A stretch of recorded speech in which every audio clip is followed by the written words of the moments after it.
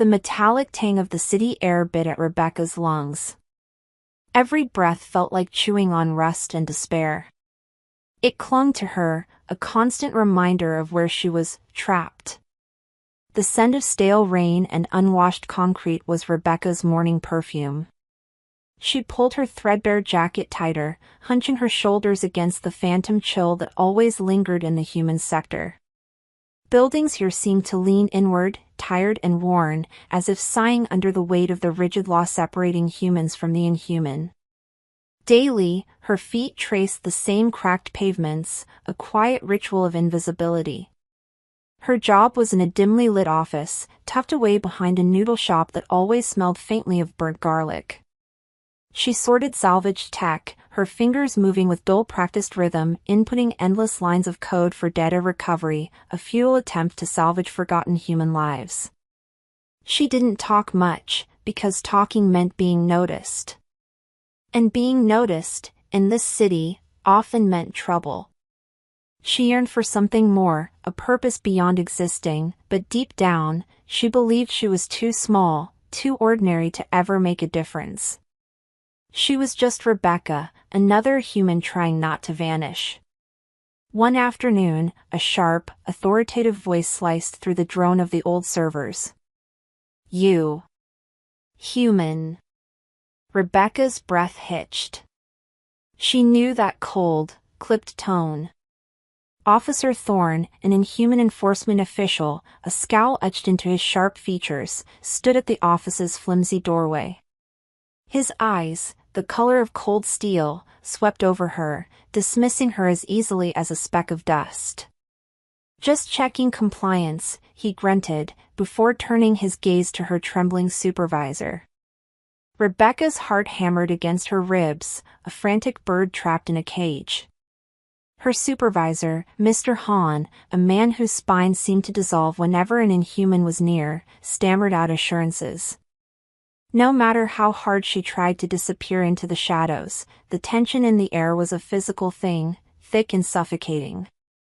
Being a human in this fractured city meant living under a constant, watchful eye. As a result, every day felt like holding her breath. The encounter with Thorne left a bitter taste in her mouth. She hated feeling so powerless, so utterly insignificant. She just wanted to go home, lock her flimsy door, and forget the world outside. Maybe it was fate that decided her quiet life was over. What followed was her walk home, through a maze of alleys, darker and more forgotten than usual. Soon after, a sudden, inexplicable shiver danced across her skin. It felt like fingers of ice tracing her spine.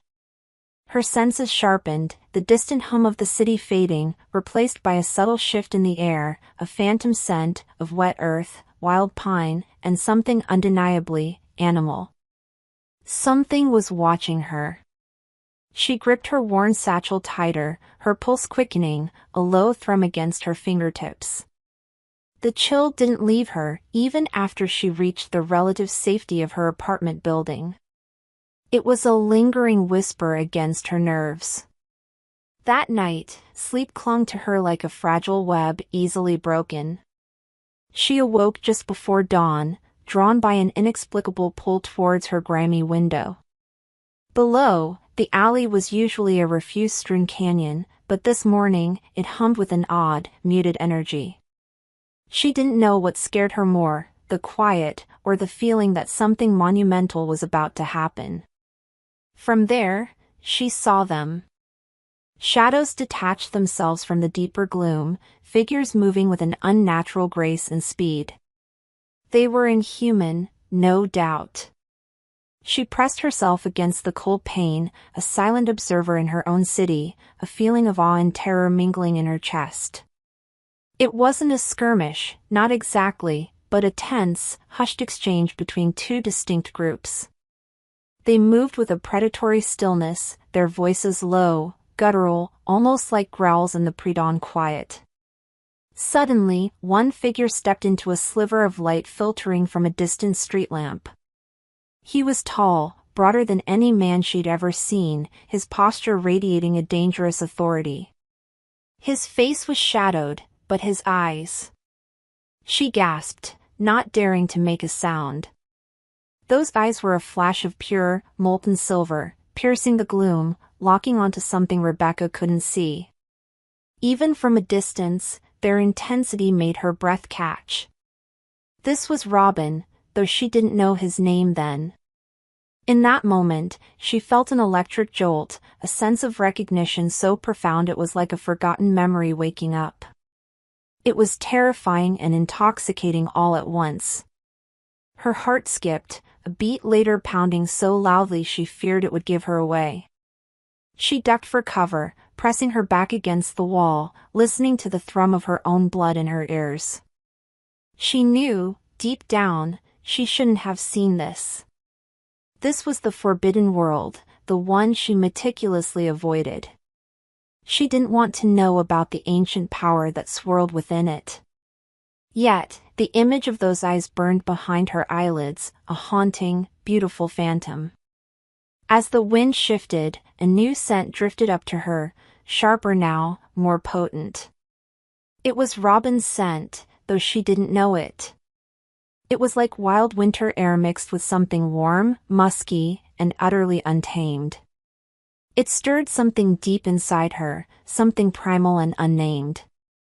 She felt it, clear as day, a pull so strong it almost made her body move on instinct. What if he had seen her? The thought sent a fresh wave of panic through her. She was a human, a non-entity, but those silver eyes had somehow found her. Come morning, the unsettling sensations persisted. A phantom touch on her arm, a whisper of a scent too close, a chilling awareness that made the hairs on her neck prickle. No matter how hard she tried to shake it off, the feeling of being watched, of being known, wouldn't fade. It shadowed her commute, lingered in the sterile air of her office, and hummed beneath the surface of her every mundane task. Her world tilted, subtly but irrevocably, as if the ground beneath her feet was no longer solid. Eventually, her day ended. She needed to pick up a special ration from the market, which meant navigating the denser, less forgiving main streets where the two worlds often brushed uncomfortably close. As a result, the air thickened with unspoken tension, a mix of human desperation and inhuman disdain. Rebecca kept her head down, her movements quick and quiet. But then, the atmosphere shifted. It wasn't just the general tension, it was a sudden, potent stillness that fell over the crowded street. Conversations died. Pedestrians parted like water, instinctively clearing a path. Rebecca felt the familiar, inexplicable pull intensify, radiating like a silent siren song. She tried to resist, to keep her eyes fixed on the cracked pavement, but it was like an invisible cord was tugging at her. Her breath caught in her throat. Without warning, Robin stepped into view. He moved like a predator, all lean strength and coiled power. Flanking him was Megan, her dark hair a severe frame around a face that held a possessive, calculating gleam. She radiated an icy ambition that made the air around her feel brittle. Robin's gaze, those terrifying, mesmerizing silver eyes, swept over the crowd, dismissing all, until they landed on Rebecca. The moment their eyes locked, the space between them burned. Time stood still. It wasn't just recognition, it was deeper, an ancient resonance that made her bones remember him, as if they had known him for centuries. His stare was a physical weight, pressing down on her, stripping away her carefully cultivated invisibility.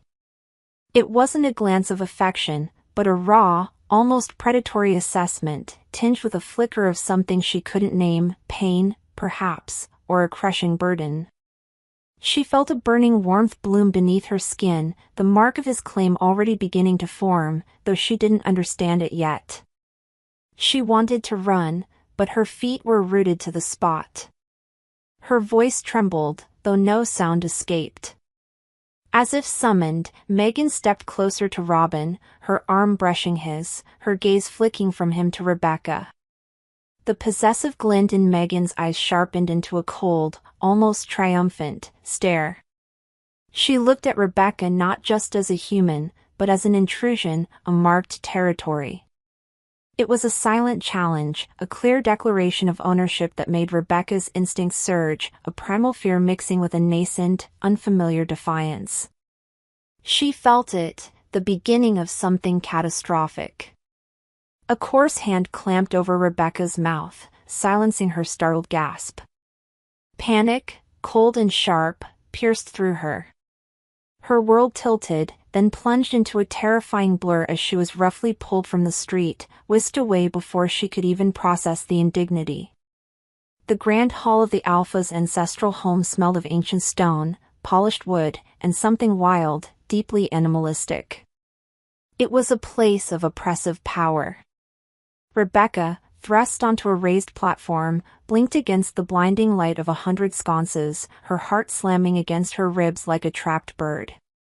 Hundreds of eyes, some curious, some cold, others filled with a chilling deference, stared at her. She was a lone human amidst a sea of inhumans, mostly werewolves, their raw power a palpable hum in the air. This was her worst nightmare, exposed and vulnerable.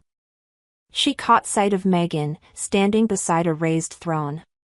Megan's lips curved into a smug, triumphant smirk, her eyes glinting like shards of ice. Beside her, Robin stood. He looked magnificent, dangerous, and utterly tormented. His silver eyes, the ones that had haunted her dreams, were fixed on her, burning with an unreadable intensity. He wore a heavy, ceremonial cloak, but even that couldn't hide the tense set of his shoulders, the rigid line of his jaw. He was a king burdened by an invisible crown, and she was, inexplicably, part of his burden. Then, he began to speak. His voice, deep and resonant, filled the hall, each word a hammer blow to Rebecca's soul. This human, he declared, his gaze never leaving hers, is claimed. By the ancient right, by necessity of the pack, she is now marked. His voice cracked slightly on necessity, a tiny flaw in an otherwise perfect facade. What followed was a wave of murmurs, hushed whispers rippling through the gathered clan, because a human being openly claimed was unheard of. In fact, it was forbidden by the very laws that fractured their city. He stepped forward, his hand raising, and Rebecca wanted to scream. He approached, his large hand reaching for her. Her breath hitched. The crowd seemed to hold its collective breath. She didn't know what scared her more, his touch, or the utter public humiliation of it. His fingers, surprisingly gentle despite their power, brushed her neck, just beneath her ear. Then, a searing heat, like a brand, bloomed beneath her skin. It wasn't a bite, not precisely, but an invisible force that resonated with her very blood, binding her to him. Rebecca swayed, a silent cry caught in her throat. She was branded, a pawn claimed not with affection, but as a chilling symbol of his authority. In that moment, she was utterly shattered. He had bound her body, but his cold eyes denied his heart, and that rejection ignited a firestorm within her. After that, the searing mark burned, not with warmth, but with a cold, possessive fire, a physical manifestation of her new, unwanted reality. She felt violated, like a possession. The last thing she saw before being roughly led away was Robin's pained, conflicted expression. But she dismissed it as a trick of the light, a figment of her own shattered hope. How could he be pained when he had just enslaved her? This was not a dream, this was a sentence. Rebecca woke to silk sheets and the soft glow of a gilded lamp. Her initial thought was that it was a dream. Then the searing ache behind her ear reminded her. She was in a lavish room, far grander than anything she had ever known. Heavy tapestries adorned the walls, depicting fierce wolves battling unseen foes, and a massive, carved bed dominated the space. It felt like a cage of gold, more luxurious, yet infinitely more suffocating than her old life. She hated it. Because of that, her first instinct was to escape. She threw back the sheets, her muscles stiff, and rushed to the large, ornate window. It overlooked a meticulously kept garden, but beyond that, a towering stone wall, too high to scale, too thick to breach.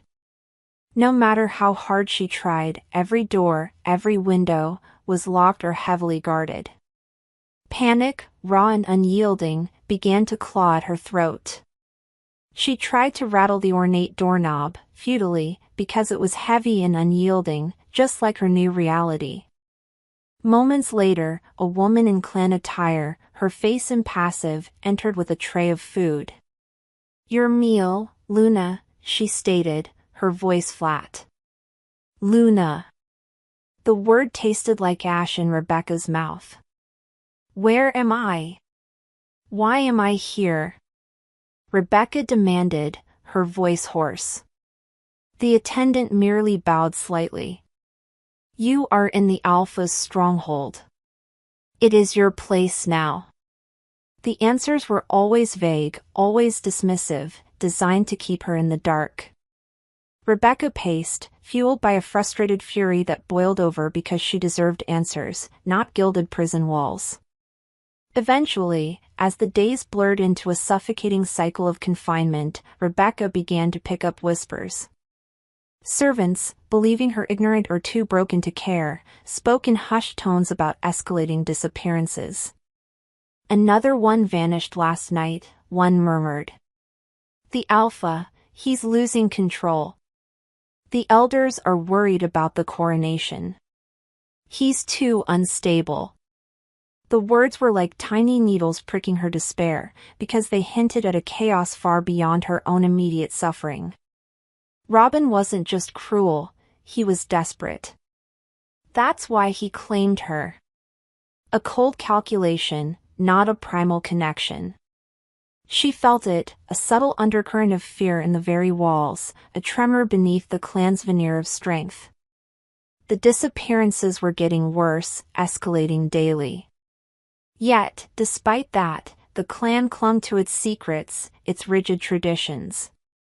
Rebecca's initial goal had been escape, but now, a flicker of curiosity, cold and persistent, began to take root. Why was Robin so desperate? What did unstable really mean for an Alpha? And what exactly was she, a mere human, truly a symbol of? The heavy oak door creaked open, admitting a sliver of cold light and Robin's imposing silhouette.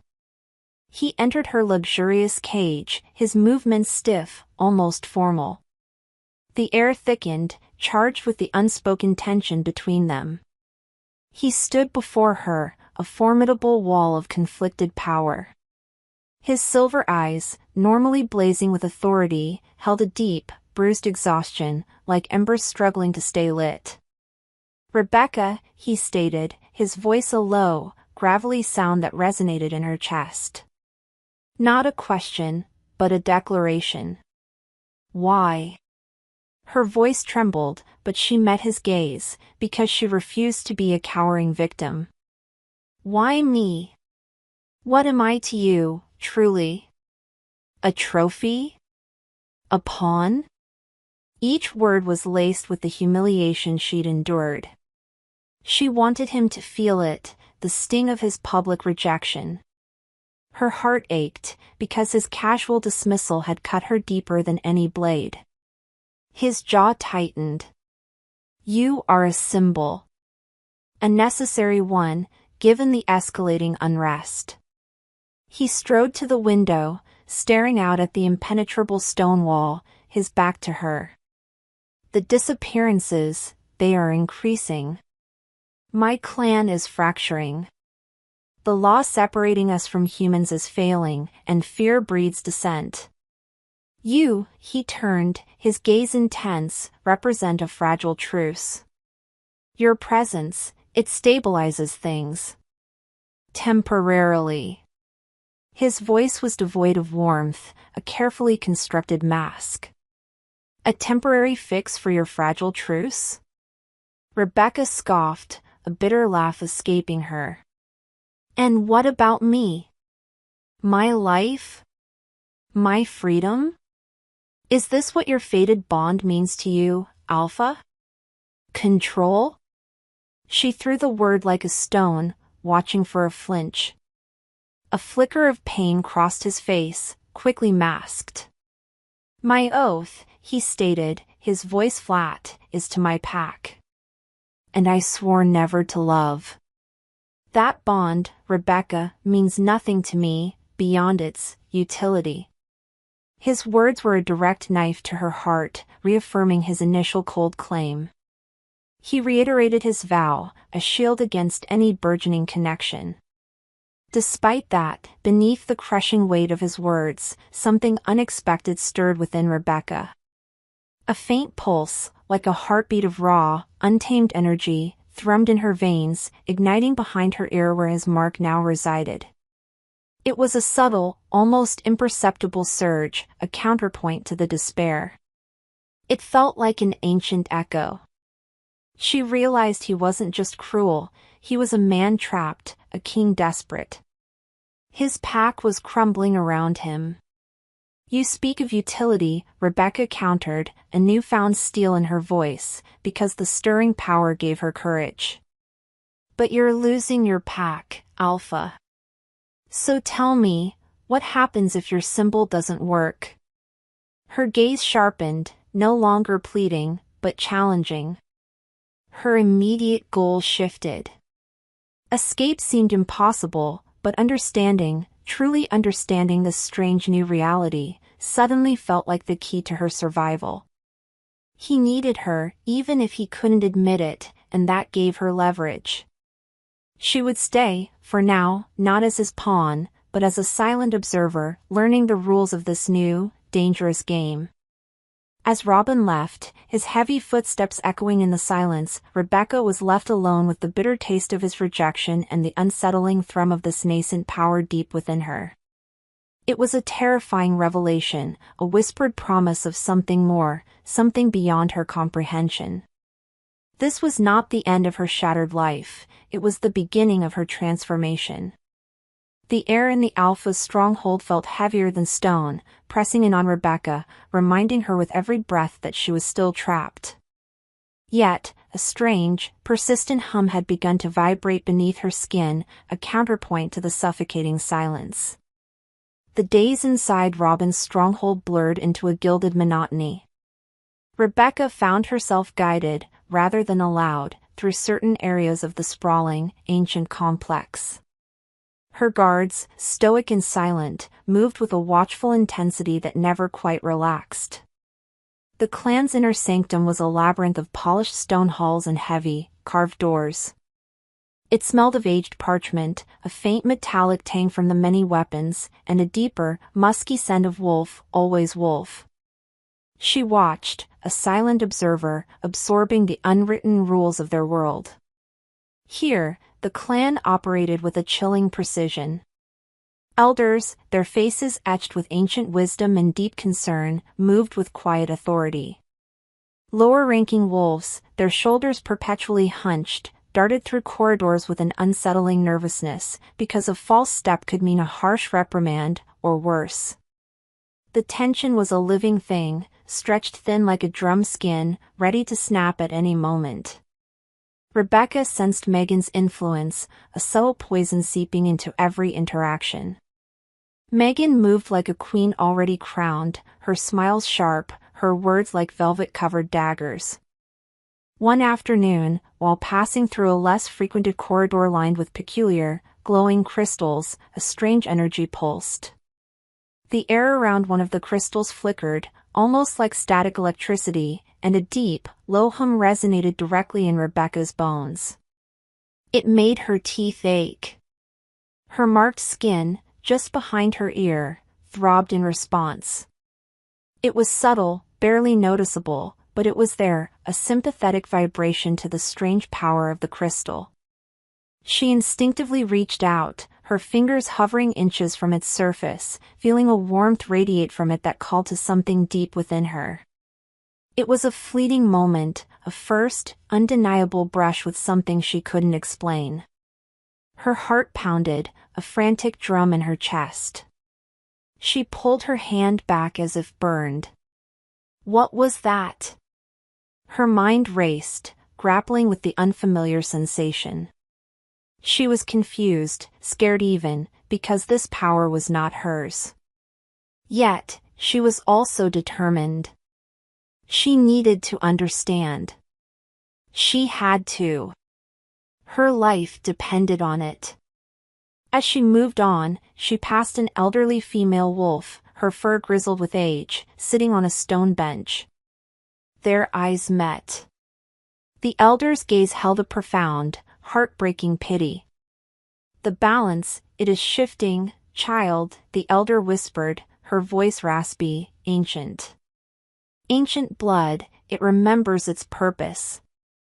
Before Rebecca could respond, before she could even ask what she meant, the elder quickly looked away, her eyes darting nervously towards the approaching figure of Megan. A cold dread settled in Rebecca's stomach. Megan arrived like a storm front, chilling the air. Her eyes, dark and calculating, swept over Rebecca, a sneer twisting her perfectly manicured lips. Still lurking in the shadows, "Human," she purred, her voice dripping with mock sweetness, but her tone was a whip crack. She stopped directly in front of Rebecca, invading her space, an oppressive scent of jasmine and something sharp, almost metallic, assaulting Rebecca's senses. "Don't you understand your place? You're a temporary inconvenience. A pawn." She spat the last word like poison. "Robin claimed you out of desperation, because his own position is weak. You mean nothing to him, you understand? Nothing." Rebecca's hands clenched into fists, her nails digging into her palms. Her heart pounded, a furious rhythm. "I am not a pawn," she managed, her voice trembling but firm, because she refused to be reduced to that. "And I understand more than you think." Megan's eyes narrowed, a predatory gleam in their depths. "Oh. You think your little mark means something?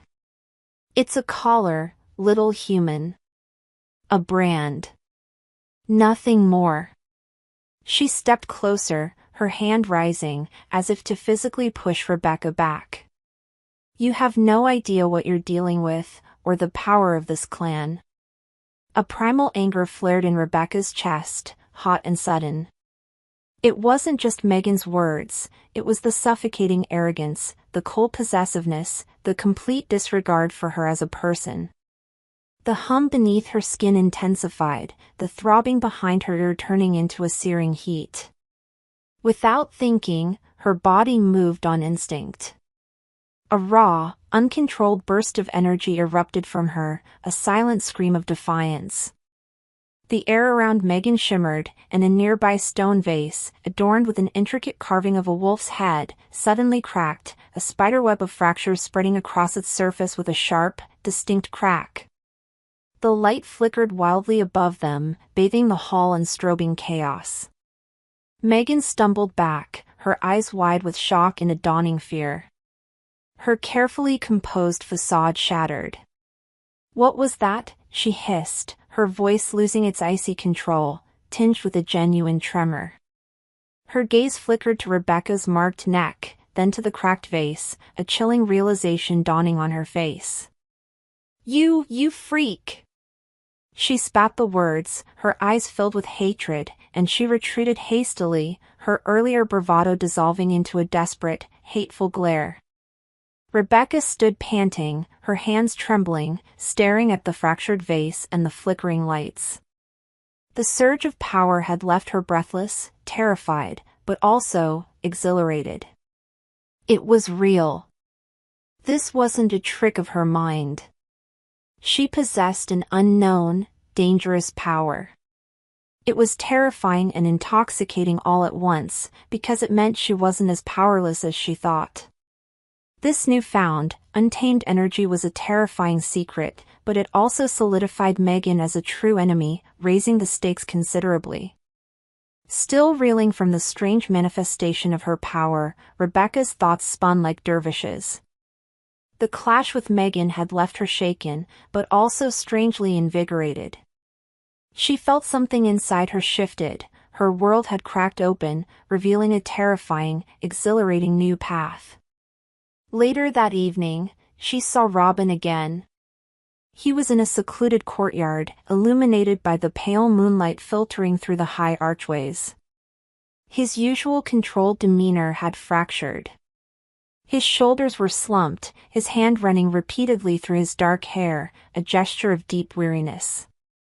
He was no longer just the cold alpha, he was a man consumed by an unseen torment. He looked haunted. The wind carried his name, whispered in the rustling leaves, a sigh of resignation. He seemed to sense her presence. His head snapped up, his silver eyes, duller than usual, finding hers. Rebecca. Her name hung in the air, a surprise.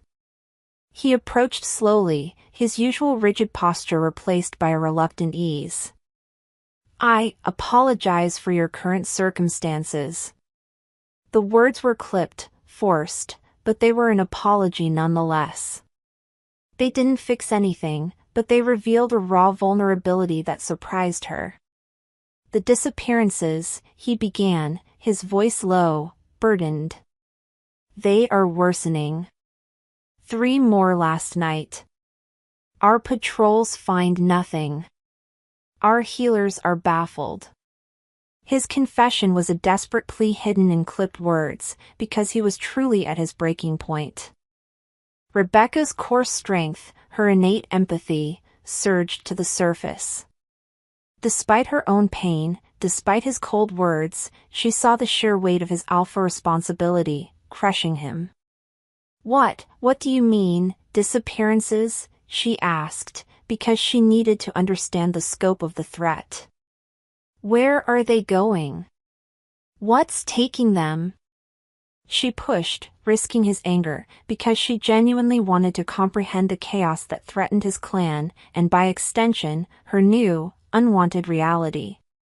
He scoffed, turning away, staring into the impenetrable darkness beyond the courtyard. "You wouldn't understand, human. It's a weight you cannot possibly carry." He dismissed her with a wave of his hand, a painful reminder of her supposed insignificance. "Just cooperate for the upcoming clan gathering. Maintain the facade. My coronation is stalled, and the clan needs stability more than ever." His words were a wall, pushing her away, even as his exhausted posture cried for help. Even so, as he turned to leave, a faint, almost electrical hum filled the space he left behind. It was the same energy she'd felt in the corridor, the same raw power that had lashed out at Megan. It pulsed, lingering in the air, a residue of their fated connection that defied his dismissal. Rebecca felt it, clear as day, a stronger sense of foreboding about the clan's future and her own destiny. Robin was burdened, yes, but he was blind to the true solution, a solution that perhaps resided within her, a human he had scorned. The faint hum Rebecca felt behind her ear, the mark left by Robin's public claim, had grown into a persistent thrum. It felt like a low, vibrating chord, deep within her bones, calling to something ancient. Something powerful. The clan's library was less a library and more a forgotten vault, smelling of dust and dried herbs, an aroma of forgotten stories.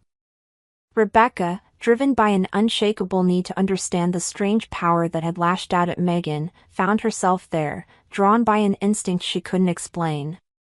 She moved through the towering shelves, her fingers trailing over ancient, leather-bound tomes, seeking not a name, but a feeling. She knew, deep down, she was looking for something specific, a truth buried beneath centuries of silence. Her immediate goal was to find answers about herself. She saw an old werewolf guarding the entrance, his eyes narrowed suspiciously, because humans were not allowed here. "I need to understand this place," Rebecca stated, her voice surprisingly steady, because she wouldn't be deterred. The guard grunted, blocking her path. Forbidden knowledge for human eyes, he growled, his scent heavy with warning. No matter how hard she tried to find a way in, the guard was unwavering. So, she shifted her tactic.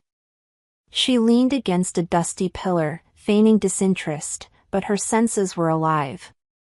She listened to the whisper of the wind through a cracked window, the creak of old wood, the distant, mournful howl of a wolf. She focused on the internal hum, the connection to the city's unseen energy. It resonated, pulling her gaze to a section of the wall that seemed wrong. Too solid. Too seamless.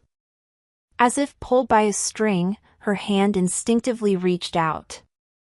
The air around the wall warmed under her touch, humming. A hidden latch clicked. Just like that, a section of the wall slid inward, revealing a secret passage, because her nascent power responded to the ancient magic woven into the clan's very foundations. The guard, startled, spun around, his eyes wide with a mix of shock and dawning horror. What followed was a narrow, unlit corridor, leading to a smaller, even dustier chamber. Inside, lay scrolls, maps of shimmering lines crisscrossing the city, and a single, ancient, leather-bound book, radiating faint light. Her pulse raced. She picked up the book. Its cover felt warm, alive, pulsing faintly against her palms. The text inside was in an archaic script, but as her eyes scanned the lines, the meaning flowed into her mind, not through reading, but through a strange, intuitive knowing. It spoke of a symbol of broken law, a living key whose blood could either mend or command the fractured city. It described ancient power, not just of shifters, but of the very land itself. The words resonated with the mark on her neck, making it tingle, because the legends were talking about her. A growing sense of awe, mixed with profound dread, filled her.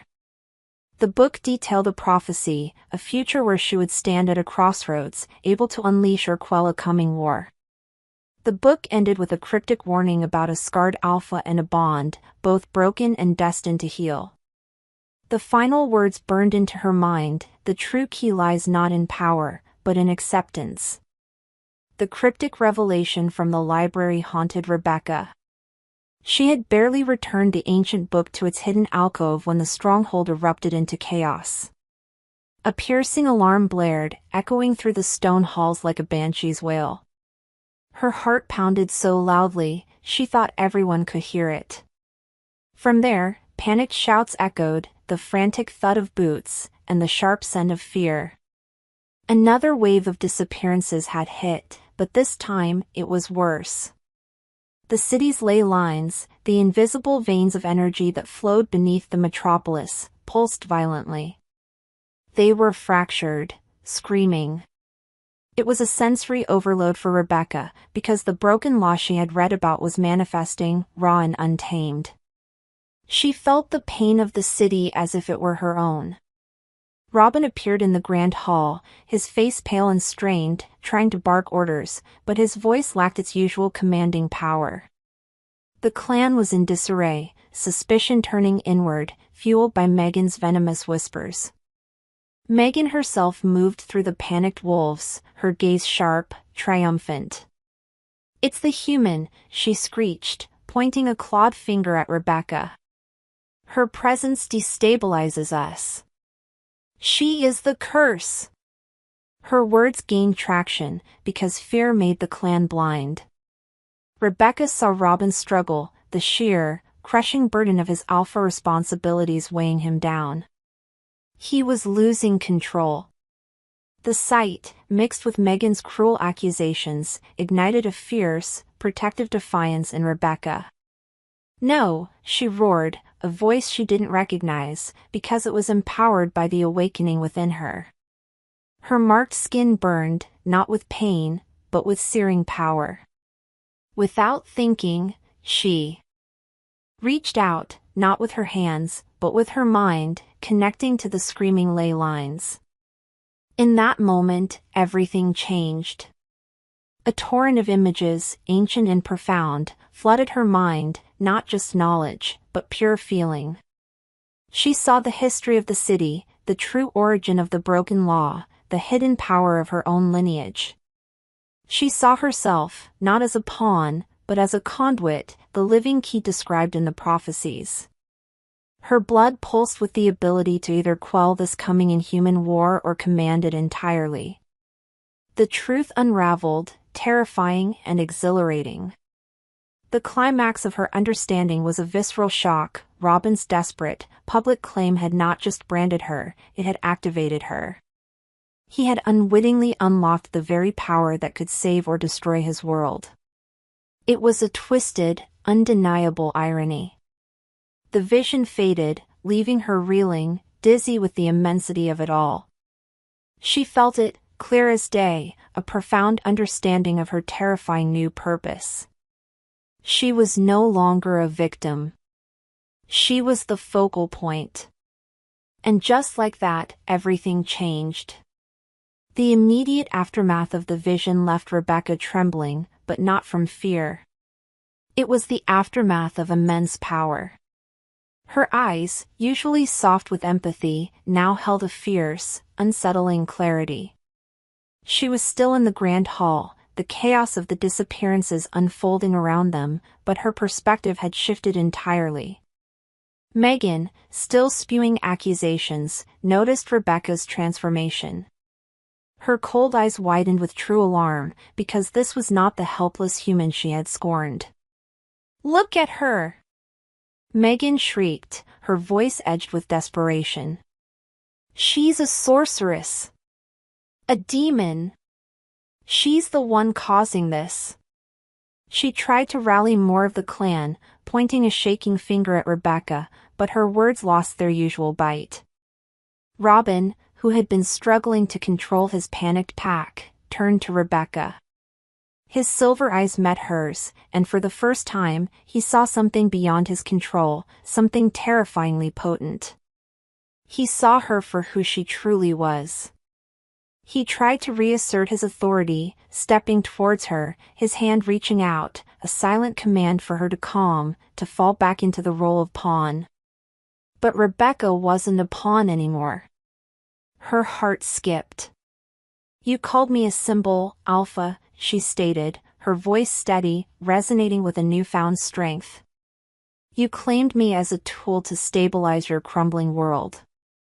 She met his gaze directly, allowing her awakened power to thrum visibly, subtly, around her. It was like heat and want, a silent challenge. "But you claimed the wrong symbol, Robin. Because your broken vow activated the very thing you sought to control." As the silence roared, heavy with unspoken truths, Robin froze. His hand, still outstretched, dropped slowly. His face, usually a mask of tormented control, twisted with a dawning horror. He finally understood. The escalating external threats, more disappearances, the violent tremors of the ley lines affecting human districts, the growing fear that threatened to ignite an all-out inhuman war, were not just misfortunes. They were a direct consequence of his rejection, of the broken law she embodied, a testament to the power of a scorned sacred bond. His chest ached, because he had tried to cage his fated mate, and now she held the fate of his entire world in her hands. He looked at her, truly looked at her, and saw not a pawn, but a force. Rebecca had turned the tables. He was forced to confront the catastrophic consequences of scorning a fated bond, and the crushing weight of his decision settled heavily on him. The tension broke, a silent snap in the air. Their fight was no longer just about their personal bond, it was about survival itself. The raw power bloomed inside Rebecca, a wild, thrilling current that ran through her veins, a stark contrast to the fear that once defined her. She was no longer just feeling the hum, she was becoming the hum. The air in the hidden chamber where Rebecca now spent her days felt charged, a subtle electric current dancing between her and the ancient artifacts around her. Her initial goal was clear: master this terrifying, exhilarating power. She spent hours focusing, pushing, pulling at the unseen forces that had once cracked a vase and made lights flicker. She discovered she could subtly manipulate the environment, bending the faint light in the room, making dust motes dance in the sunbeams.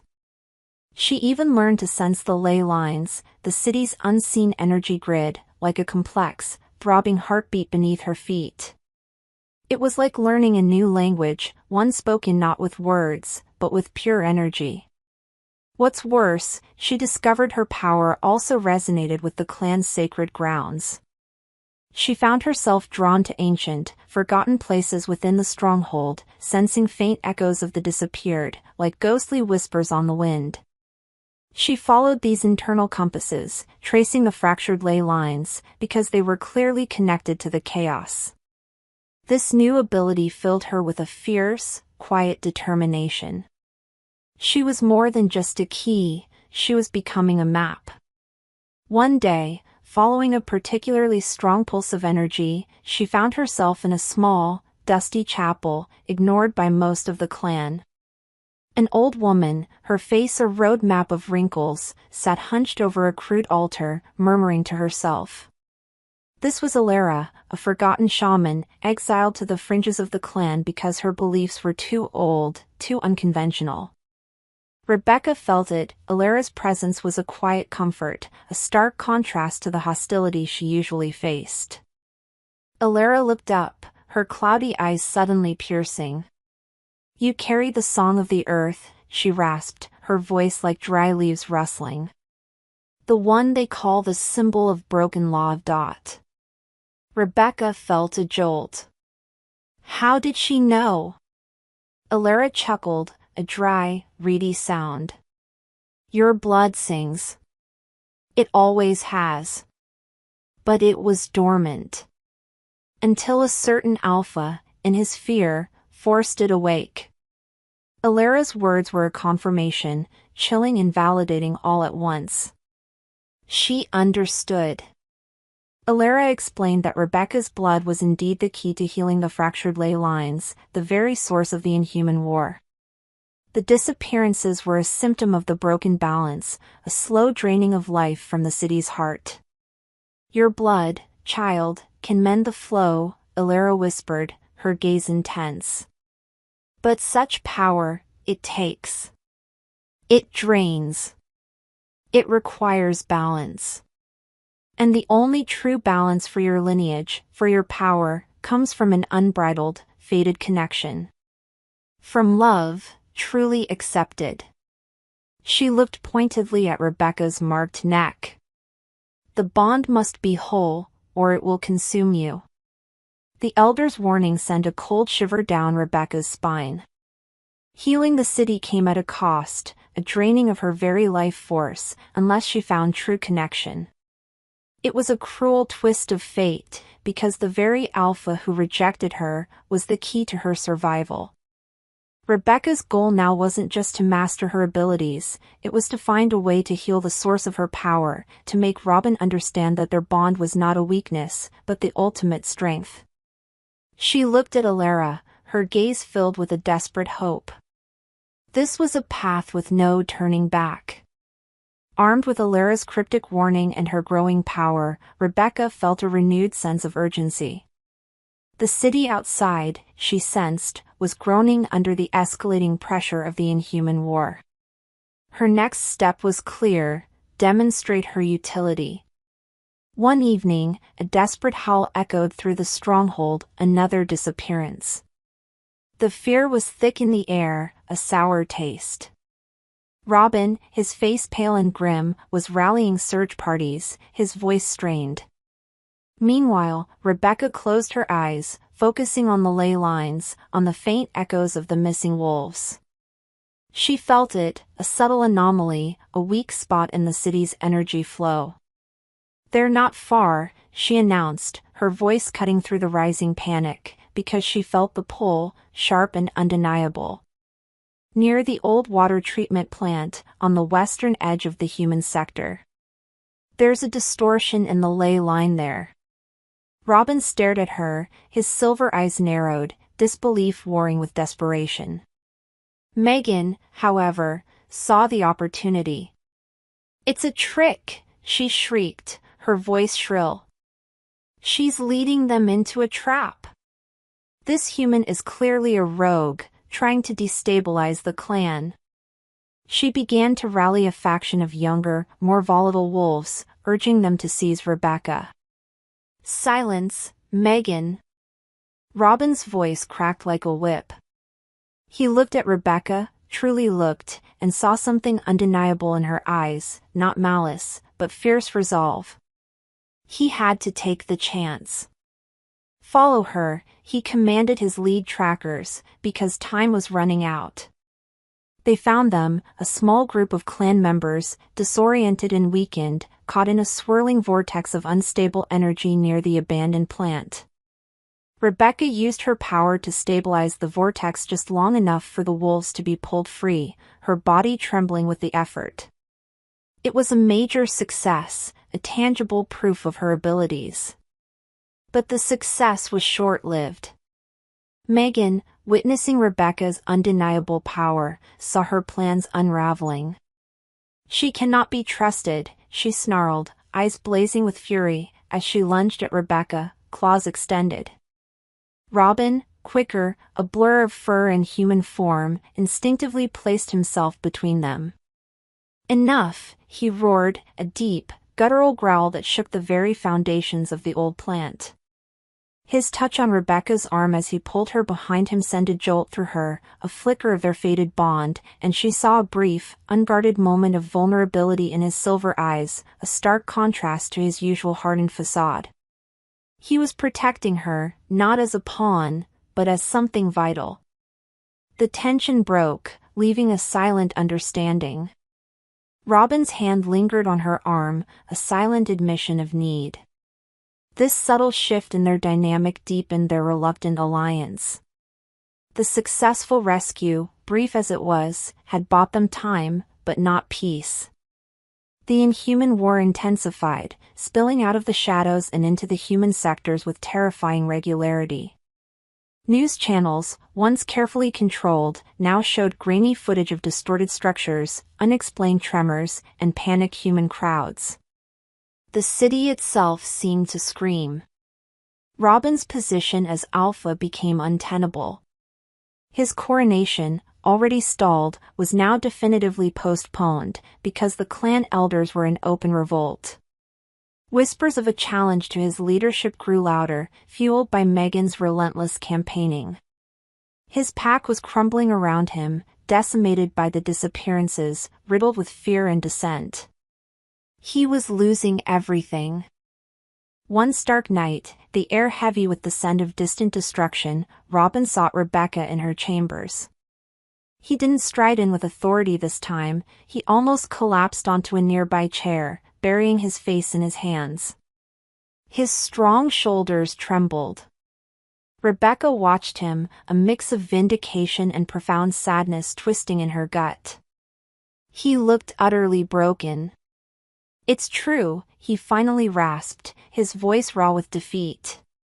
"Everything you said. The ley lines, they're tearing apart. My people, they're vanishing into nothingness." He looked at her then, his silver eyes holding a desperate plea she'd never seen before. "Alara, she told me of your blood. The living key. She said, you could mend it. But, it requires a true bond. A complete bond." His voice was barely a whisper. He knew she held the key. Rebecca's heart ached. She felt it, clear as day, his surrender. "Yes," she said, her voice soft but firm. "It requires the sacred bond. The one you scorned. The one you swore never to love." She watched him, waiting, because this was his moment of truth. She wasn't just demanding acknowledgement of her power, she was demanding acknowledgement of them. "You chained me, Robin.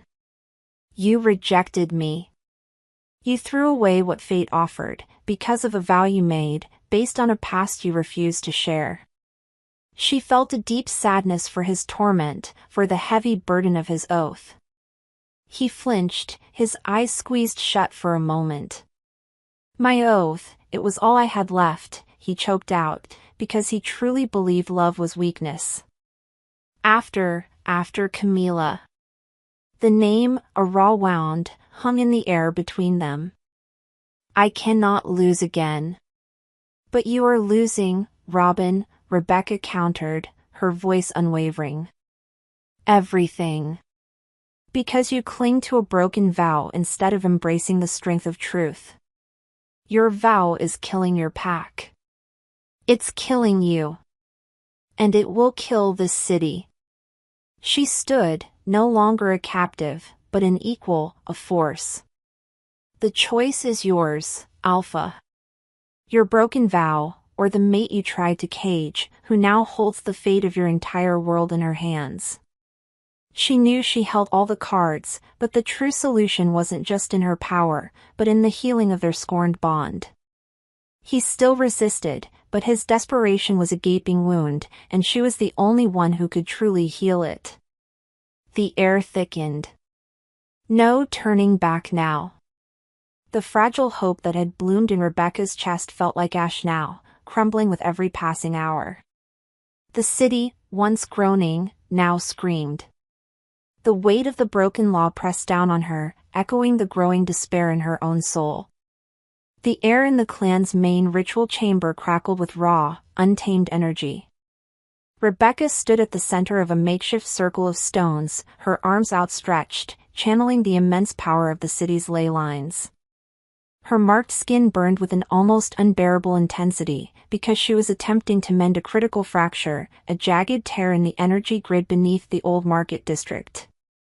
Robin, his face pale but resolute, stood near her, providing a protective presence, his silver eyes fixed on her with a mixture of fear and awe. A few loyal elders, convinced by Robin's desperation and Alara's counsel, chanted softly, their voices trembling with ancient power. This was their last, desperate gamble to stop the disappearances, to mend the broken law. Rebecca closed her eyes, focusing.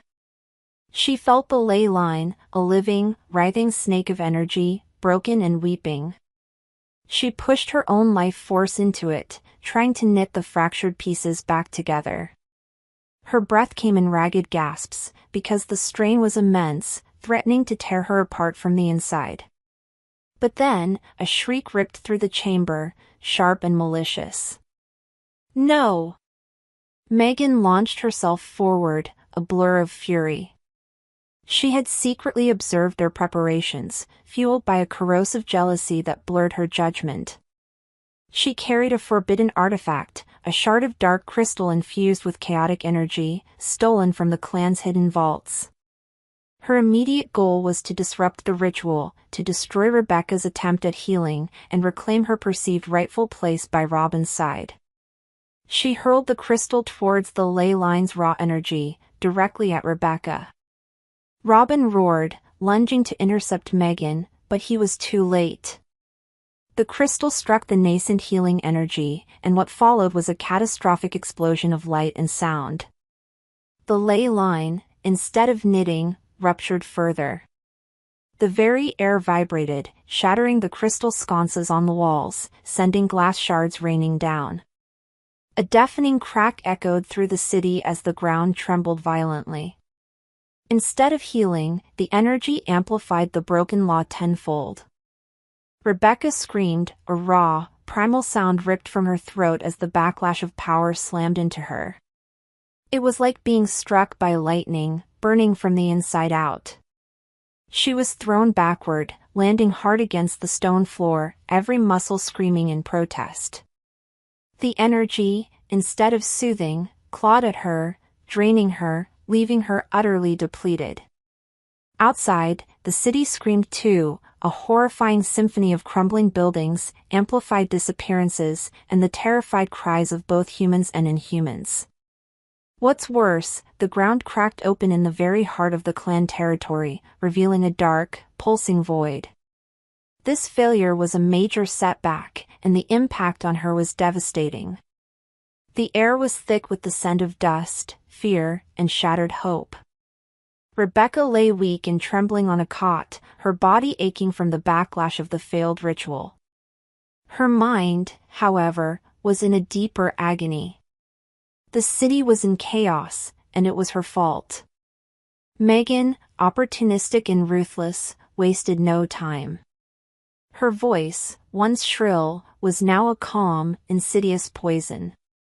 She moved through the terrified clan, pointing to the gaping chasm in their territory, to the increased disappearances, to Rebecca's obvious weakened state. "She is not the key," Megan declared, her words cutting like blades. "She is the curse. A human meddling with forces she cannot comprehend. She brought this ruin upon us." Her claims resonated with the fearful, because their desperation made them blind to truth. Soon after, Rebecca learned of the consequences. Alara, her only true ally, was publicly disgraced, stripped of her shamanic title, and cast out by the elders who now sided with Megan. "She poisoned our Alpha's mind," they shrieked, their eyes filled with accusation. Alara left, her frail form disappearing into the broken city, taking Rebecca's last hope of guidance with her. It was a profound loss, because Alara was the only one who truly understood her power. The clan turned its back. Faces that had once held tentative hope now burned with suspicion and outright hatred. Guards outside her door were now harsher, their gazes colder. Even beyond the stronghold, the chaos she had unleashed turned the human populace against her. Images of the marked human witch responsible for the city's collapse spread like wildfire through the surviving human enclaves. She was a pariah in both worlds. Rebecca felt utterly isolated, trapped, and betrayed by all sides. Her goal to heal had resulted in more destruction, and now everyone blamed her. She felt defeated, her spirit heavy with the crushing weight of their accusations. The whispers of symbol of broken law now felt like a brand of shame, a testament to her failure. Robin remained conflicted, a storm raging in his silver eyes. He visited her, his face a mask of internal torment. He didn't accuse, but he didn't defend her either. His silence was a betrayal in itself, because he was choosing duty and the survival of his shattered pack over her. He was torn between his oath and his heart, and in his torment, he allowed her to be isolated. The lowest point was approaching. The silence in Rebecca's chambers roared, thick and oppressive, filled only with the ragged sound of her own breathing and the distant screams of a crumbling city. She was at her lowest point, utterly broken. Her body ached with a deep, persistent fatigue, the backlash of her power leaving her drained and vulnerable. Her spirit, however, was in far worse shape. She stared at her reflection in a tarnished silver mirror, a gaunt face, haunted eyes, and the burning mark behind her ear, now pulsating with a sickly, almost green light. Was this her power? A destructive force that only brought ruin? Her deepest fear, her core misbelief that she was insignificant, powerless, and destined for nothing but pain, screamed in her mind. Maybe she was cursed. Maybe she was meant to be nothing. The goal of healing the city, of quelling the war, now seemed utterly impossible. She thought of Robin, the alpha who had claimed her, who had reluctantly stood by her, but ultimately chose his broken vow over their fated bond. He had looked at her with fear, not love. The core emotional question that had haunted her, can true power emerge from the deepest rejection, and can a fated love heal a heart sworn to never love? Seemed to be answered with a resounding no. Her heart ached, because the very person who held the other half of her destiny had turned away. She felt a crushing resignation. She closed her eyes, wishing for oblivion, for the quiet darkness that had once been her normal world. She imagined surrendering, letting the city burn, letting the war consume everything. What was the point?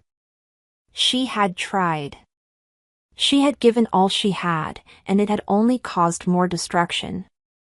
But then, in the utter despair, something stirred. It wasn't a voice, not exactly, but a faint, almost inaudible whisper that echoed in her mind. It was the collective pulse of the fractured city, not screaming in pain anymore, but a faint, persistent thrum, like a distant, struggling heartbeat. It was calling to her. It was the land itself, connected to her blood, still clinging to a tiny spark of life amidst the despair. This was her crucible moment, confronting her deepest fears of worthlessness and eternal loneliness, and finding a single, desperate reason to fight on. It was a faint whisper, a lonely plea, but it was enough to spark a flicker of hope in the vast darkness. The true battle was not just for the city, it was for her own soul. A cold, unforgiving silence had settled over Rebecca. It tasted like ash, felt like heavy chains around her heart. She was broken, yes, but in that profound stillness, a faint, persistent whisper began to echo, not from without, but from deep within her very bones. Rebecca lay on the rough cot, the chill of despair seeping into her very marrow. Her body was a leaden weight, her spirit a fractured thing. She remembered the elder's words, Ilara's promise, her power could heal, but only if the bond was whole. A cruel joke, because Robin had chosen his oath. Can true power emerge from the deepest rejection? The question twisted in her gut, a painful, constant throb. But then, the whisper from the city grew. It wasn't the agonizing shriek of before, but a faint, desperate hum, like a last breath. And then, without warning, a new sensation pierced through her despair. It was Robin. Not physically present, but a surge of his own raw torment, a psychic echo of his internal battle. She saw it, clear as day, a memory of his, a younger Robin, heartbroken, kneeling over a grave, swearing an oath to protect, to never lose again, to never love. It was pain. Pure, unadulterated pain. The name Camilla echoed, not just as a name, but as a visceral grief that mirrored her own current desolation. This was why he fought their bond. This was his why. Her perspective shifted. He wasn't just cruel, he was a man drowning in old wounds, trying to protect everyone by protecting his own heart. A beat later, another voice, faint but clear, resonated in her mind, Ilara's. The ley lines, child, they mirror the soul. Fractured within, fractured without. Your power, it is whole only when your source, your true bond, is whole. It was a revelation, sharp and undeniable. The solution wasn't just about her power, it was about Robin breaking his vow, about both of them accepting the sacred bond. A fierce, determined heat bloomed beneath her skin. Rebecca suddenly understood. She wasn't just the symbol of broken law. She was the potential symbol of mended law. Her purpose wasn't to fight the war alone, it was to mend the central fracture, both in the city and in their hearts. Her internal misbelief of powerlessness shattered completely, replaced by an understanding of profound interconnectedness. She realized her purpose was intertwined with Robin's, even if he still fought it. With newfound resolve, Rebecca pushed herself up, her limbs aching but her spirit alight. She looked towards the bolted door, a fierce light in her eyes. She had to make Robin choose, not for her sake alone, but for the sake of his entire crumbling world. The climb back had just begun. The next morning, Rebecca demanded to see Robin. The guards, wary but obedient to the Alpha's unspoken command not to physically harm her, reluctantly led her to his war room. The room was a mess of maps and grim faces, the air thick with desperation. Robin stood by a large table, his shoulders hunched, the weight of his failing leadership a visible burden. Rebecca strode in, her head held high. We need to talk, Alpha, she stated, her voice resonating with an authority that was new and utterly magnetic. He looked up, his silver eyes wary, surprised by her sudden strength. Megan, perched on a chair in the corner, sneered. Still clinging to delusions, human? Look around you. You failed. Rebecca ignored Megan. Her gaze was locked on Robin's. Your vow, she began, her voice unwavering, is killing your pack. It is tearing this city apart. She laid out her plan, concise and brutal in its truth. My power can heal the ley lines. It can quell this war. But it requires our bond. Fully embraced. No more denial. No more utility. Her words were a gauntlet thrown, challenging him to abandon his broken vow. You said you swore never to lose again. But you are losing everything because you refuse to accept what fate has offered. Robin flinched, his jaw tight. He paced away, then back, a restless predator caught in a trap. You ask too much, he growled, because his oath was his very identity. You ask me to break a sacred vow, to risk everything, again, on a bond one do not trust. His pain was raw, exposed. Camila, she was everything. And I lost her. I cannot. Camila is gone, Robin, Rebecca cut in, her voice gentler now, but firm. And your vow to her is destroying the living. You are losing your pack, your home, your future. You will lose everything if you don't choose. She felt a deep connection to his pain, a mirroring of her own past helplessness. My power cannot heal without the strength of our connection. The ley lines respond to balance, to wholeness. She pointed to the detailed maps of the ley lines spread across the table. I can pinpoint the nexus, the true heart of the fracture. We go there. We heal it, together. With our bond.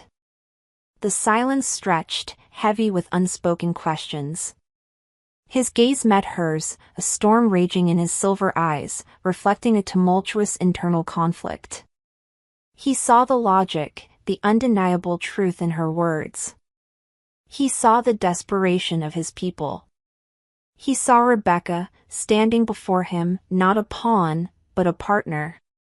My world is lost without you, he finally conceded, his voice barely a whisper, because he knew it was true. He didn't say he loved her, not yet, but his agreement was a profound surrender. Just like that, a fragile alliance was forged.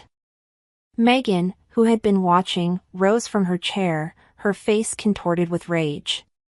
You choose this human over me?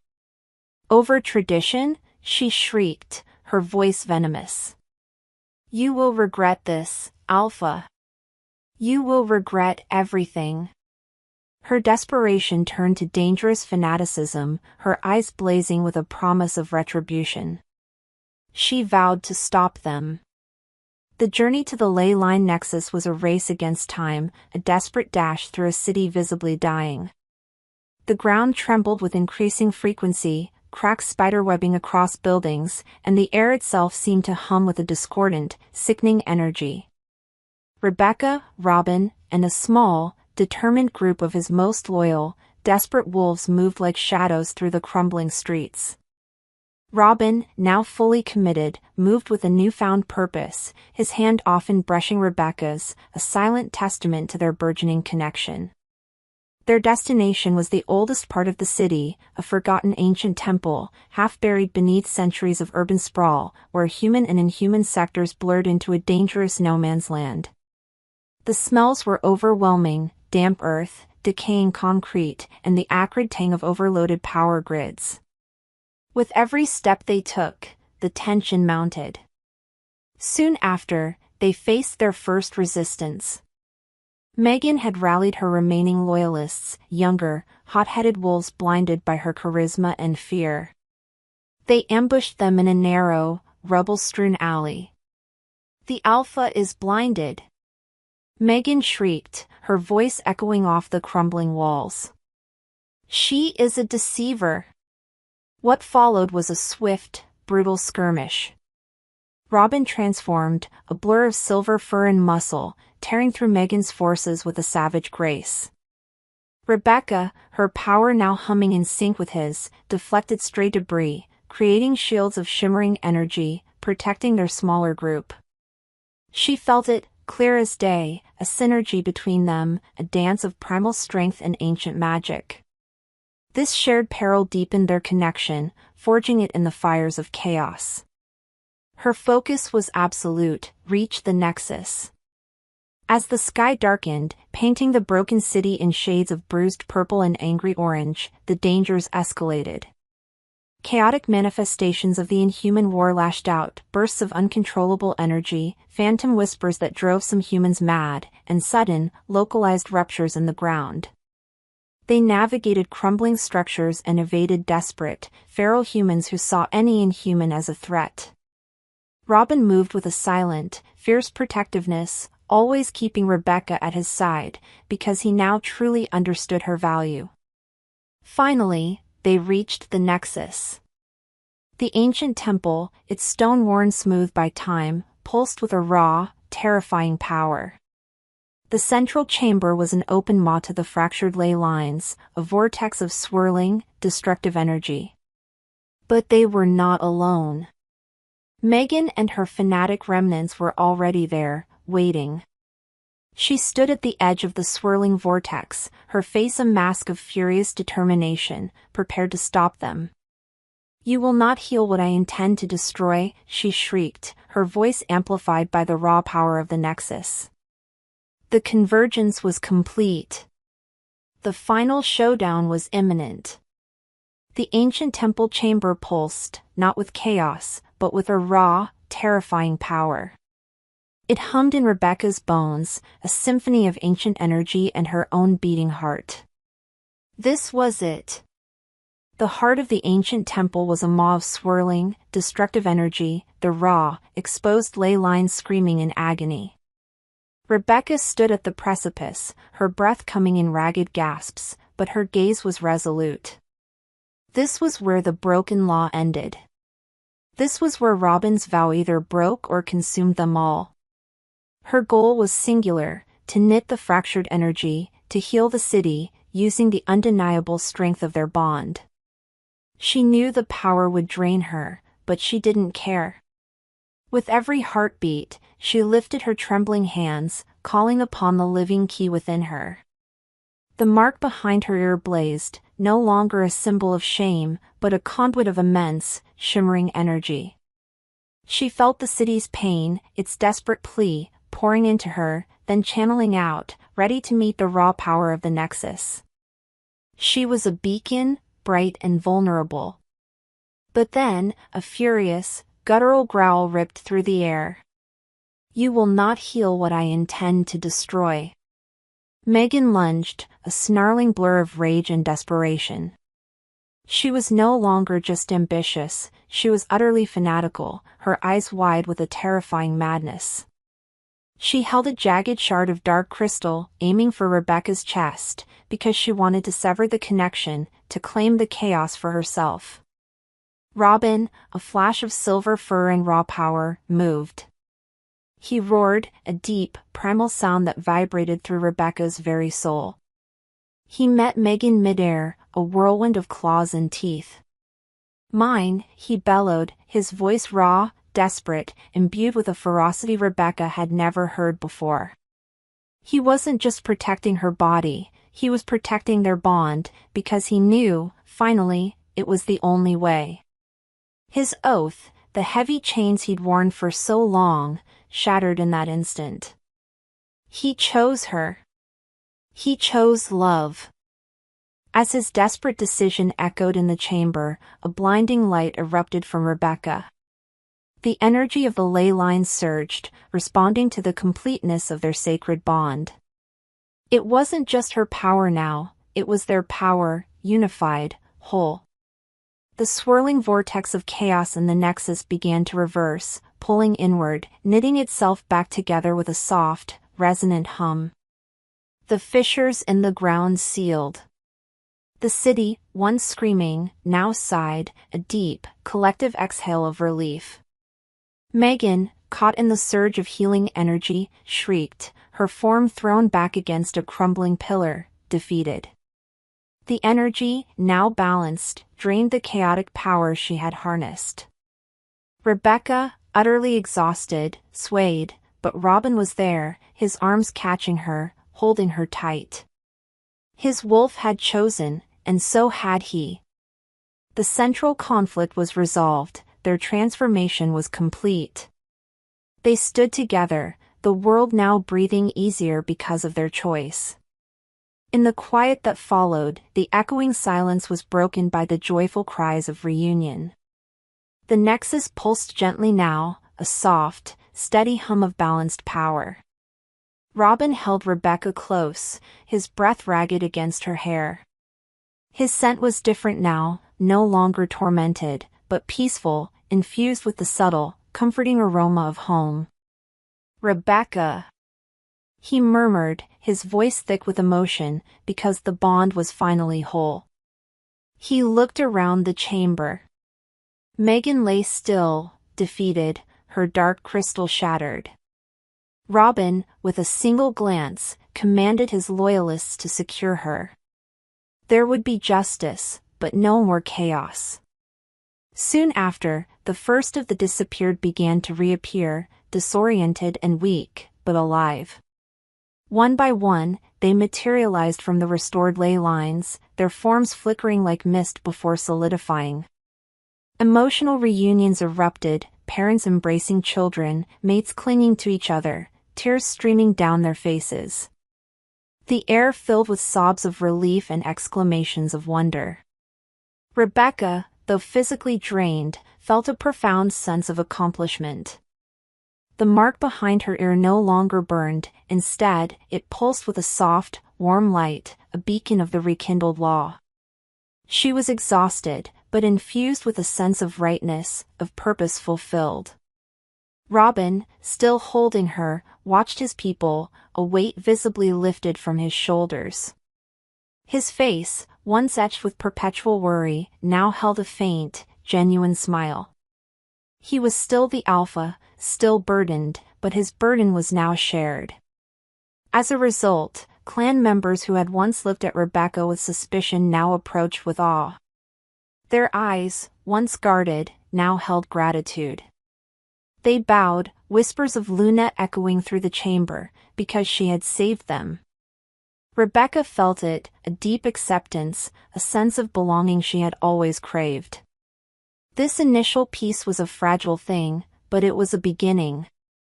The immediate consequences of their victory were clear, and the healing had begun. Months later, the city was slowly but surely mending. Scars remained, cracks in buildings, empty spaces where some had vanished forever, but the terror had lifted. The ley lines now sang with a clear, harmonious song, felt by both humans and inhumans, because Rebecca's blood, combined with Robin's acceptance, had woven them back into balance. There was a cautious, burgeoning peace between the two factions, because the broken law was healing. Robin's coronation finally proceeded, not in a chamber of fear, but in a courtyard bathed in sunlight, filled with a renewed sense of hope. Rebecca stood by his side, not as a symbol or a pawn, but as his Luna, his partner, his fated mate. Her presence radiated a quiet strength, a power that was now understood and embraced by the clan. They ruled together, two halves of a whole, Robin's strategic mind and physical prowess complemented by Rebecca's empathetic understanding and her unique connection to the city's ancient magic. Their relationship had deepened into something profound and unbreakable. Robin, free from his self-imposed vow, was still fiercely protective, but his touch was now gentle, his gaze open and filled with an intense, unwavering love. He often caught her hand, bringing it to his lips, savoring the solid, real presence of his true mate. Rebecca, no longer an outcast or a victim, had found not just belonging, but purpose, power, and a love that had defied all odds. She had transformed completely, from a powerless human living in the shadows to a formidable, respected Luna, guiding the fate of two worlds. Her journey had answered the core emotional question. True power indeed emerged from the deepest rejection, forcing Robin to confront his past and heal his heart. And a faded love had, in fact, healed a heart sworn to never love. She looked at Robin, his silver eyes now soft with affection, and a peaceful smile touched her lips. The future was uncertain, but they would face it together, their bond a beacon in the newly rekindled world. This was their new normal, their earned peace.